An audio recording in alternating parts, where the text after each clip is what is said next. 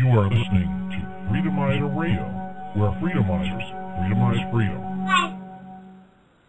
Hey everybody, hey Freedomizers, it's Nikki back. We're gonna, try to deal with all this overcoming and overwhelming events that keep happening and try to hold on to our humanity and maybe community and love and be a united group to stand up against the elite and their wishes for us to basically go away and leave them alone. But we won't do that, will we? My son wants to say hi to everybody, so he's going to do that now. Say hi, boys. Hi. He just wanted to be a part of it for a minute and make sure to do that because, family is very, very important, and that's what you believe too, huh? You love family? You have to speak out loud. Hi. Do you love family? Yes? Say yes. Yes. See? It's all good. Anyways. Okay. Yeah, go ahead, baby. Here, let me open the door. It's a beautiful Saturday here. Luckily, the computer stayed connected for a little while, so hopefully it will. I'm about to bring in a guest who's going to be helping me for this hour in case my system goes, I don't know. I could have made some funny sounds, but yeah, my son would have not stopped if I did, so Anyways, I apologize. I'm a little distracted, like I said. The computer's giving me issues, and I cannot open my chat. So everybody in chat, I really do appreciate y'all coming. And I'm sorry I can't be a part of it, but as soon as I open the chat, everything crashes. And that's beyond the crashes I'm regularly dealing with. So what I'm going to do is I'm going to bring in Uncle Buck real quick. Hopefully he's ready to be a part of this. So, you there? I am here. You sound out of breath. I'm sorry? You out of breath? No. I just was in like a lobby, and it just echoed. I appreciate you helping out and joining me today. Cause, you bet. I'm a little bit worried. Now, the S510 is a really big deal for me because I'm all about family and cooking and something I've, only recently come about to truly appreciate. Like, I guess we all should, but that's what, I guess this whole learning process is about. And the S510 seriously has me scary because the way that Congress is pushing it, they passed the first vote to get it up to the floor, and then the floor passed it with the majority, and now we're waiting for the next vote. So what do you think about all that? Well, consolidation, my dear. Consolidation is the name of the game. That's what I have to say. Actually, I posted a link, and if I was in chat, I could do this again, guys. I'm so sorry, but I have the links to be able to show the people that voted yes and nay, whatever, yay and nay, in the vote. But I have the actual senators. I have links to all that kind of information. So if y'all ever want to go gripe out your senators for saying push this through, I have the names that you can actually confront. So hopefully when I'm up and running, I'll post that again. I need to actually talk to our good webmaster and maybe get that up on our site as well, because I think that is such an important issue right now. Yeah, I got to say, it was interesting, Dr. Pepper, the other day, what his views on Senate Bill 510. I did not agree with him, mostly. Well, so is that if somebody actually does get sick, they can come after you. And if, say, cities or governments are lacking money, they actually push those regulations just to fee you. And those fees get quite extreme. Like that one guy, it was $15,000 or something in Chicago? Exactly. And if you can't pay the fine, they're going to do a land grab or a house grab or a garden grab. It's just, So I don't think we need to give these guys more control. Look at, we need to break it down to the small family farm once again. People say, oh, no. We can't feed the world on it. I said, well, who needs to feed the world? We need to feed America at first. Feed our communities. If we can just build communities, and the communities can take care of themselves. And that's what naturally evolved, so... Well, yeah, I'll step away from these trucks over here. And so, how many more law enforcement agencies? How many more laws? Do you need?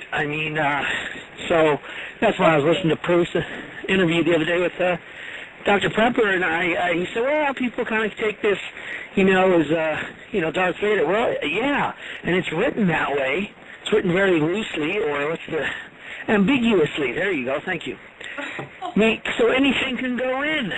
Everyone's an attorney up there. All the senators, all the congressmen, they're all attorneys.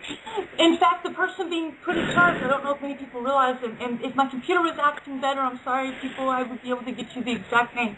But the person the FDA wants to put in charge of the, organization, what you want to call it, the little group that's going to be spearheading this initiative, he worked for Monsanto on 2 separate occasions, and his most recent occasion working for Monsanto was the VP of Public Affairs, okay? So he is up there, if anybody's not aware, planning to spin a nice little view of things in the public eye. And not only that, he's also been a lawyer for the FDA and a lawyer for Monsanto. And if anybody's ever seen the True Story of Monsanto, what is it called? Those 2 major documentaries, the food one, the history of food. Food Incorporated? Food Incorporated, and then the other one is the True Story of Monsanto, or I forget what it is, but it has Monsanto in the name. But he was actually, the guy that's going to be in charge of this, to go against, the local farmers, was the lawyer that was premiered in both of those documentaries, which in itself should make people, hello, wake up, look, pay attention to what's going on around you. Because the person putting in charge has been a lawyer for Monsanto and the FDA for more than 30 years. Okay, people? 30 years. He's a lawyer that's good at spinning words and making people, okay, that's cool, just so that they can report unexpected and seriously take everything you have. And this is who the FDA is putting in charge, and the government said okay with, and we're still saying this bill should pass and it's going to be okay? I don't know. Well, and the thing I want to express, and I believe I'm correct on this, is the difference between lawyer and attorney. An attorney is under the board, which is Esquire. In fact, Dr. Mercola was talking about this, or Miola, last night on Snoop Girls. And actually, a lawyer is the layman, you and I studying the law. So there is a huge difference, as the attorney is Esquire, which is the member of the board, which is, basically British law. They're considered a lord, basically just under a lord, excuse me. And by that, meaning the Constitution, you're not supposed to recognize any nobility.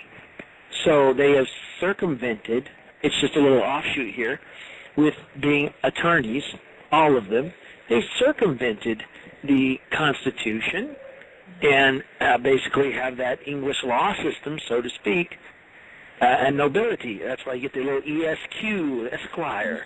So you and I are lawyers. Yeah, and so it's just, folks, if this goes through, it's just, we all know that it's one... while for it to be enforced, but no matter what, we're talking like a year tops, maybe 18 months before they have the ability to be able to go after the small farms in every state. But, right. That's how I'm going to start making my living. Yeah, Nikki, that's how I'm going to start making my living next year, is farmers markets.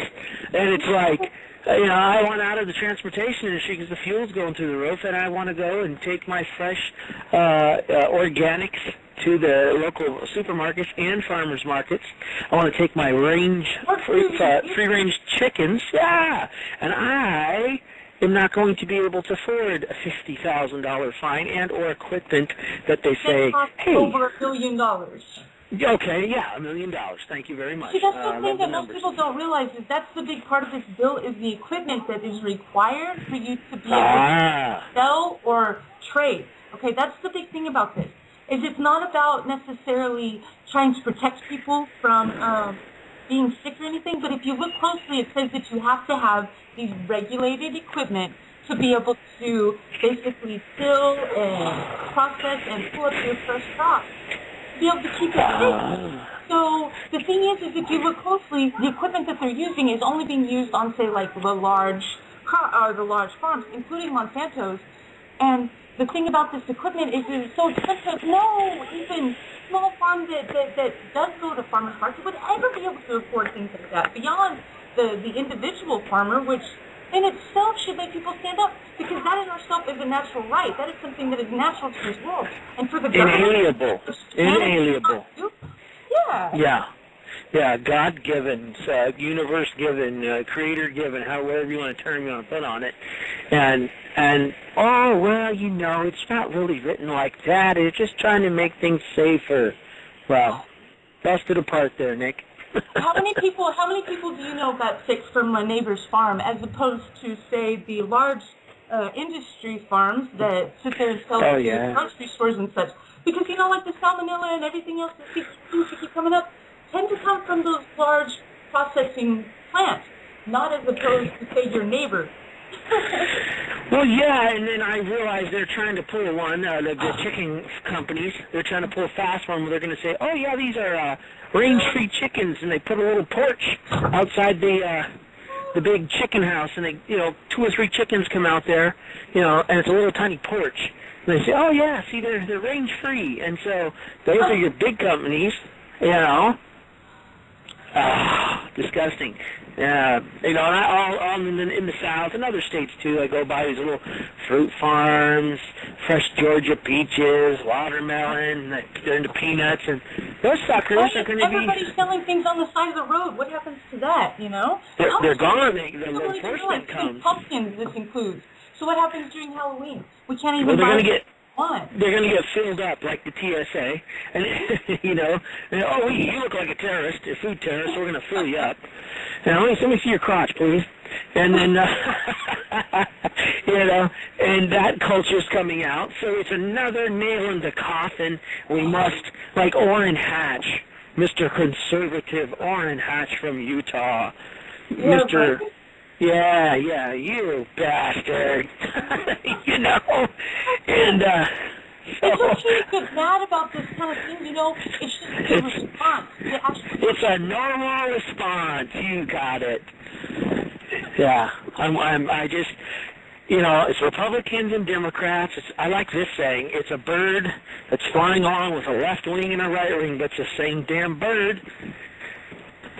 Yeah, exactly. And then, like, if you've ever seen, I love this one. Back when Deborah Medina was running here in Texas, which I supported completely, and I wish she would have made it past the primary.